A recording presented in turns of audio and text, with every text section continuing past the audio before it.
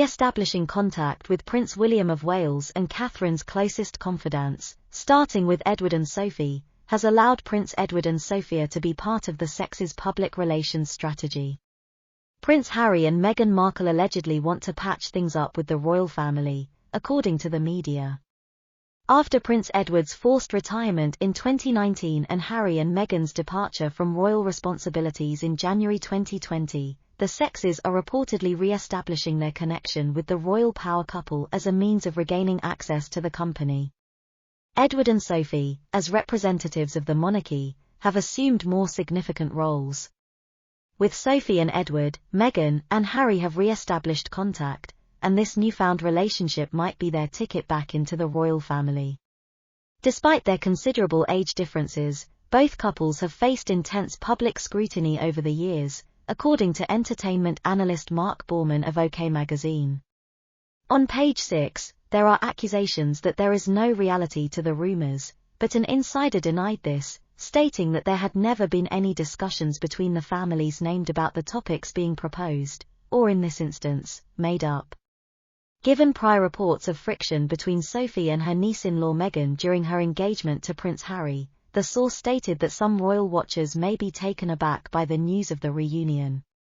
Considering that Sophie herself came from a working-class family, it is said that the late Queen Elizabeth II gave her the order to teach Meghan the ways of royal life. The Queen believed the duo would be ideal because Edward was a commoner before they met. Nevertheless, Meghan had no intention of depending on her future spouse. Rather, the Queen, who having obviously witnessed it all before, recognized that Harry's daughter could first find it difficult to adjust to life as a royal.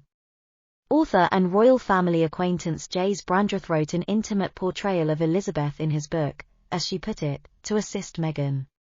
The Queen said that Sophie, her daughter-in-law, would make a perfect mentor. Sophie can demonstrate the ropes for you, the Queen added. Meghan expressed her belief that she didn't require Sophie's assistance.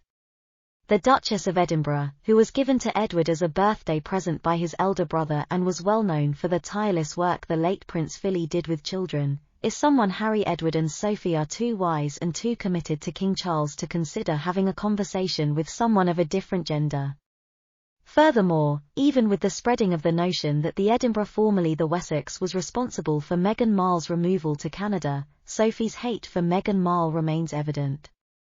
This allegedly occurred as a result of Marco turning down the late monarch's invitation to a meeting so that he could attend the National Theatre.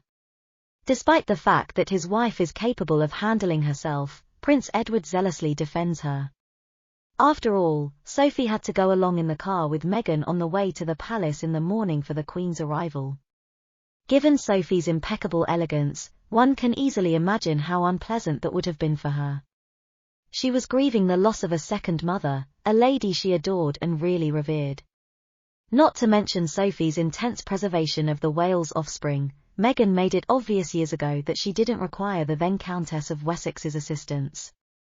She gave Catherine and Camilla shield assistance. Charlotte and George during the mourning procedure.